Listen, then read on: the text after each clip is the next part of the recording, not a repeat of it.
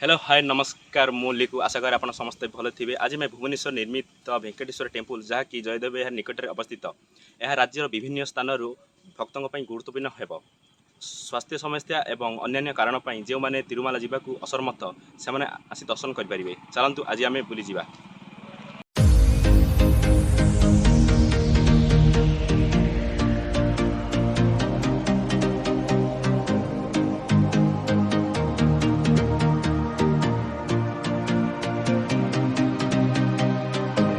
ଏହି ମନ୍ଦିର ମେ 26, 2022 ରେ ଓଡ଼ିଶାର ମୁଖ୍ୟମନ୍ତ୍ରୀ ଶ୍ରୀ ନବୀନ ପଟ୍ଟନାୟକ ଏବଂ ଆନ୍ଧ୍ରପ୍ରଦେଶର ରାଜ୍ୟପାଳ ବିଶ୍ୱଭୂଷଣ ହରିଚନ୍ଦନ ଭୁବନେଶ୍ୱରରେ ଉଦ୍ଘାଟିତ ଶ୍ରୀ ଭେଙ୍କଟେଶ୍ୱର ସ୍ୱାମୀ ମନ୍ଦିର ଉଦ୍ଘାଟନ ଉତ୍ସବରେ ଅଂଶଗ୍ରହଣ କରିଥିଲେ। ଏହି ମନ୍ଦିର ସାଧାରଣତଃ ହିନ୍ଦୁ ମନ୍ଦିର ଭାବରେ ଜଣାଶୁଣା। ମନ୍ଦିର ଅତି ସୁନ୍ଦର ଏବଂ ଚମତ୍କାର। ପ୍ରଥମ କରି ଭୁବନେଶ୍ୱରରେ ନିର୍ମାଣ କରାଯାଇଛି।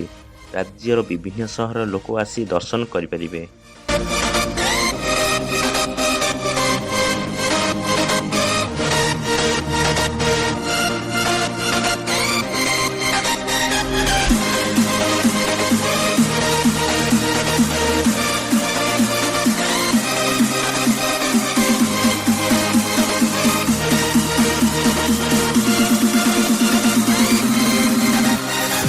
ଆମେ ଏବେ ଜୟଦେବ ବିହାର ନିକଟସ୍ଥ ହୋଇଗଲୁଣି।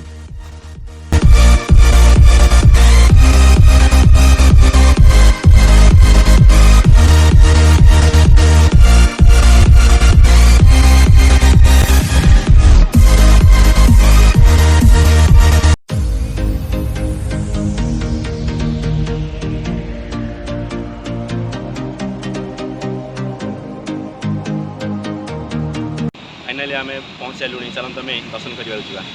ଶ୍ରୀ ଭେଙ୍କଟେଶ୍ୱର ସ୍ୱାମୀ ମନ୍ଦିର ହେଉଛି ଭଗବାନ ମହାବିଷ୍ଣୁଙ୍କ ଅବତାର। ଏହି ମନ୍ଦିରକୁ ଆନ୍ଧ୍ରପ୍ରଦେଶର ସରକାରଙ୍କ ଅଧୀନରେ ଥିବା ତିରୁମାଲା ତିରୁପତି ଦେବସ୍ଥାନମ୍ ଟ୍ରଷ୍ଟ ପରିଚାଳନା କରୁଛି। ଏହା ହେଉଛି ପ୍ରଥମ ମନ୍ଦିର ଯାହାକି ଓଡ଼ିଶାର ଭୁବନେଶ୍ୱର ସହରରେ ନିର୍ମିତ କରାଯାଇଛି।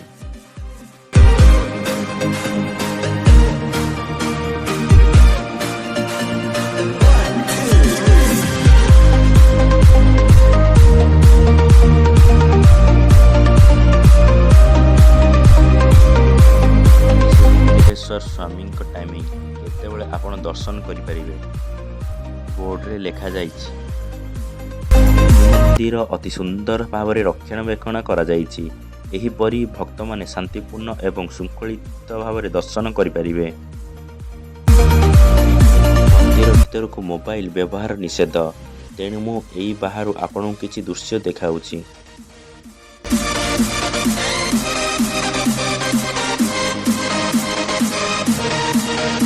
ଏହି ମନ୍ଦିର ବିଷ୍ଣୁଙ୍କ ଏକ ରୂପ ଭେଙ୍କଟେଶ୍ୱର ସ୍ୱାମୀଙ୍କୁ ଉତ୍ସର୍ଗ କରାଯାଇଛି, ଯାହାକି ମନୁଷ୍ୟକୁ କଳିଯୁଗର ପରୀକ୍ଷଣ ଏବଂ ଅସୁବିଧାରୁ ରକ୍ଷା କରିବା ପାଇଁ ପୃଥିବୀରେ ଦେଖାଯାଇଥିବାର ବିଶ୍ୱାସ କରାଯାଏ। ଶ୍ରୀ ଭେଙ୍କଟେଶ୍ୱର ସ୍ୱାମୀ ମନ୍ଦିର ଅନ୍ୟ ଅନେକ ନାମରେ ଜଣାଶୁଣା। ବାଲାଜୀ, ଗୋବିନ୍ଦା ଏବଂ ଶ୍ରୀନିବାସ।